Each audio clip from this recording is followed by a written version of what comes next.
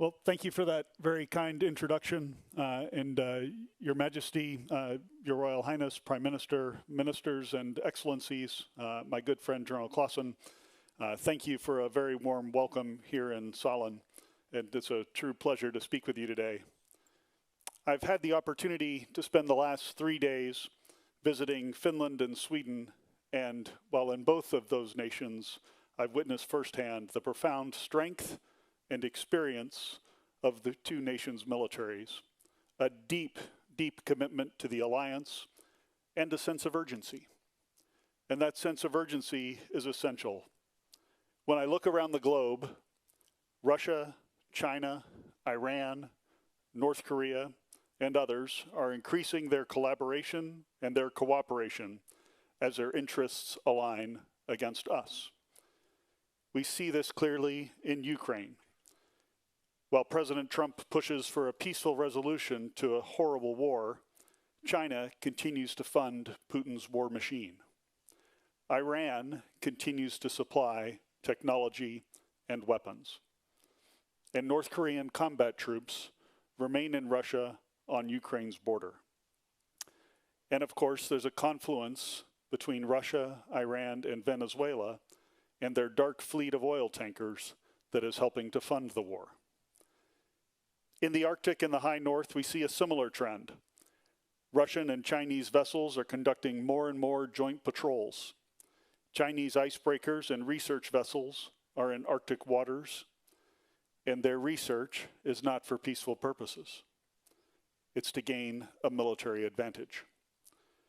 Russia, meanwhile, continues testing advanced capabilities in the Barents Sea. As new shipping routes emerge and new resources are discovered, the Arctic only grows in strategic importance. And all of this comes in the midst of an increasing hybrid threat: airspace violations, GPS and GNSS interference, and the shadow fleet in the Baltic Sea threatening underwater infrastructure. In short, the Arctic, and Northern Europe by extension, has become a front line for strategic competition. Within NATO, Allied Command Operations, the command that SACEUR oversees, has taken steps to strengthen our deterrent posture, much of which is oriented in that northern region, here. Just over a year ago, we established Baltic Sentry, an activity to protect that critical underwater infrastructure. And this past fall, we developed Eastern Sentry to increase our agility and further integrate our air and missile defenses on the eastern flank.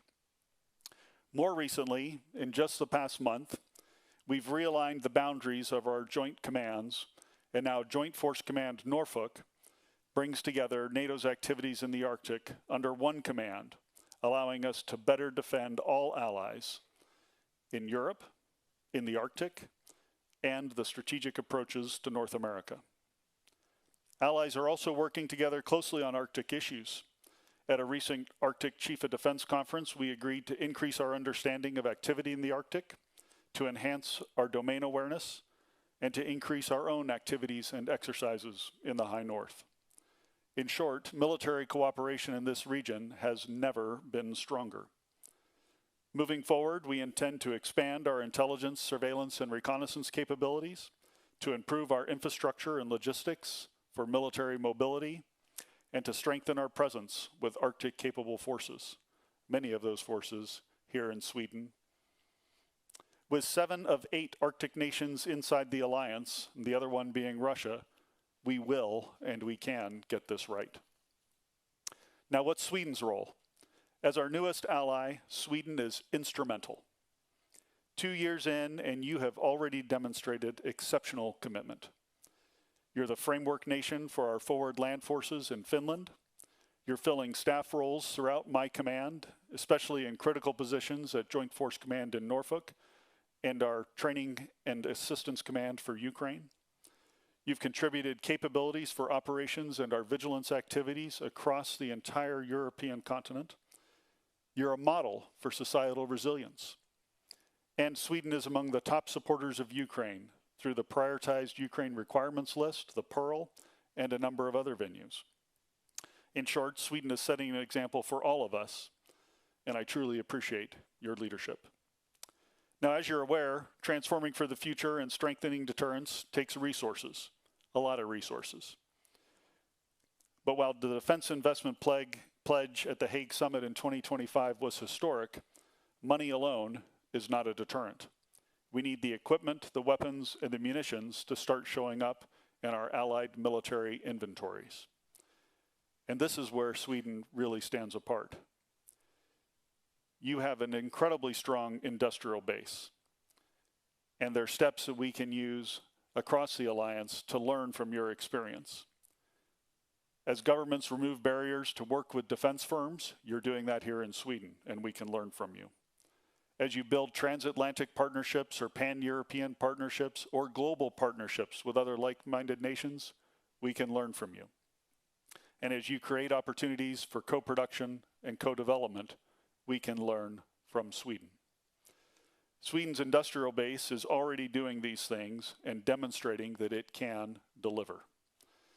Yesterday, I heard the phrase "made with Sweden" in stark contrast to the other phrase that you might have chosen, a more protectionist phrase of "made in Sweden." This is fantastic. All allies would benefit from adopting this mentality, as a rising tide lifts all boats. So, in conclusion, everything I'm seeing from Sweden, the collaboration, the modernization efforts, the defense investments, the health of your defense industry, frankly, I think someone gave you all a checklist for being a model ally, and you just went down and started checking it off. So it's a real privilege to be here today, with you today, with a model ally who's doing so much for the alliance, and I truly look forward to your questions.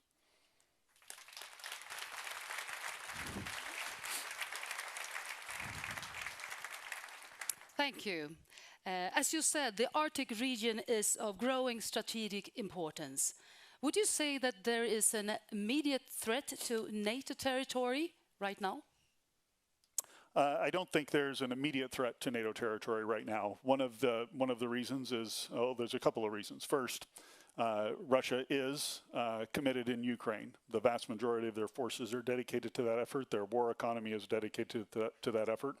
And that's one of the reasons that we owe so much to Ukraine as they stand on the front lines of European defense. Russia also is aware of the incredible power of the alliance. And we have deterred the alliance from conventional attack for 76 years and will continue to do so in the future because of the strength that we have, the strength that is there today that will be even better tomorrow and even better the day after that. Russia knows that it cannot afford to take us on. We've heard a lot lately about activity from Chinese or Russian vessels close to NATO territories. Would you say that it's not a reason to really see this as an immediate threat today? Well, it will grow into more and more of a threat. So as I mentioned, as the ice recedes and there's more and more access up there, we certainly see Russia and China working together. We have had Chinese vessels patrolling with Russia, not only on the north coast of Russia, but also north of Alaska and near Canada. Like I mentioned in my remarks, it's not for peaceful purposes. They're not studying the seals and the polar bears. They're out there doing bathymetric surveys and trying to figure out how they can counter NATO capabilities on and under the sea. So that's something that could grow very quickly, and we need to be mindful of it and ready for it. This might be a tricky question, but I think you understand that there is an uncertainty if the US national strategy, along with the recent statements from President Trump, has changed anything when it comes to NATO priorities. Well, I won't comment on the political dimensions of recent rhetoric. It's not my place to do that as a military officer. But I will just observe the readout from the North Atlantic Council, where all of our permanent representatives from the 32 nations get together to discuss thorny issues. Those dialogues continue in Brussels. They've been healthy dialogues from what I've heard.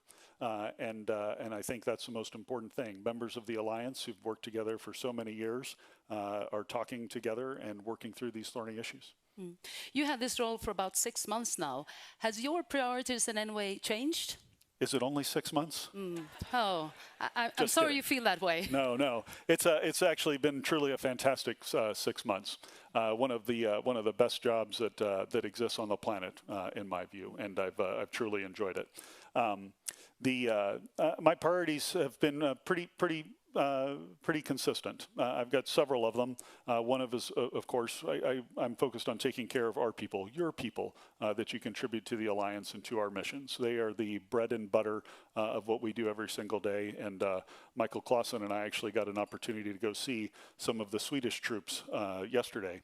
Swedish Marines who, some of the most impressive young women and men that I've seen in uniform throughout my almost 33 years of service. So you all ought to be incredibly proud of what those young people are doing for your country and for the alliance. So we need to take care of them. We need to focus on them, get them the equipment and the capabilities that they need. My second focus is warfighting readiness. The alliance is ready to fight tonight. But we need to continue to hone our readiness and be more and more ready every single day. That's headquarters readiness, making sure we have the processes and capabilities in place to do the things we need to do. It's also individual unit level readiness.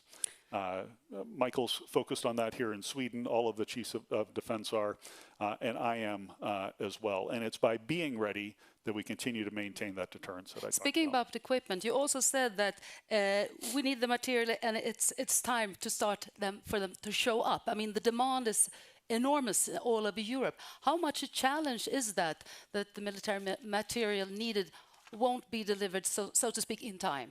Yeah, it's a significant challenge. And as I go around, I try to highlight ways that I think we can meet that challenge and we can rise to it. The first is the money does have to be there. It is a prerequisite to send a signal to industry to make the investments they need to increase production capacity. So that is a prerequisite, and I don't want to belittle it. It's incredibly important. But for the first time in the alliance, money is now not the problem. The problem is capacity. So as we think about our investments at the national level, using the 1.5% to bolster organic defense capabilities could be one option. As I mentioned, Sweden's a great example of being able to build a defense industrial base that works across Europe and across the Atlantic, and with defense industry in friendly countries like Japan and South Korea, the broader West, if you will. And that kind of resiliency in our supply chains and our resiliency as we work together, I think, benefits all of us. One last question on this subject. The war in Ukraine has clearly shown the necessity of flexibility when it comes to military capabilities. On the same time, your own capability targets works with, I think, 4-year cycles and then maybe decades to implement them. How big a challenge is that today? Yeah, it is a challenge. There's a couple of things that we think about. First, you're exactly right. Ukraine is showing that we need a pace of innovation on the battlefield. So when we talk about capabilities, here's one that I'm trying to get my mind around, and the great thinkers in here can probably help us. One of our capabilities needs to be adaptability. So we need to build programs that are able to adapt and modify and innovate over time, just as the Ukrainians have built. So think about how to build that in to what we're doing. With regard to the NATO capability targets, this is the shopping list that the Supreme Allied Commander for Transformation and then my position work together to give nations so that we have a coherent set of capabilities across the 32 countries. Those capability targets do come on a 4-year cycle, but as an example, we'll say we need Sweden to provide a mechanized brigade. What Sweden then needs to do is think about, what does a mechanized brigade mean in 2026?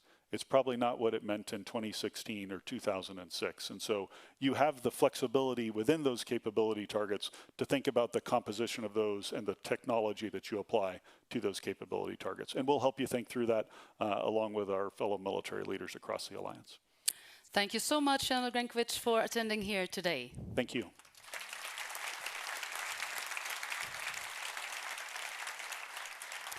Och med det tar vi en kort paus. Programmet börjar igen 14:20 och vi är på plats några minuter innan dess. Tack så mycket.